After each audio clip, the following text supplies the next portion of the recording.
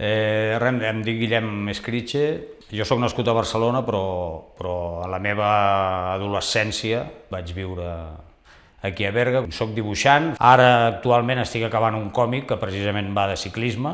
És difícil de dir, em ve molt al cap el tema F1 del Hans Zimmer, que és la banda sonora de la pel·lícula Fórmula 1, que crec que és ideal més que pel cartell, inclús per la portar a l'atac. De fet, és el repte que tenim els dibuixants, no? De transmetre sensacions, emocions, accions, moviment, amb imatges estàtiques.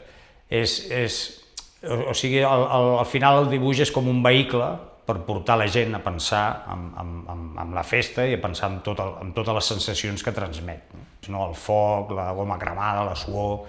És difícil que hi hagi una persona de Berga que no reconegui aquest espai, no? Aquesta entrada a la plaça Sant Pere, que a més vaig escollir aquest punt perquè és que crec que té aquesta doble curva que penso que és molt interessant i que a més és molt espectacular veure entre els ciclistes aquí.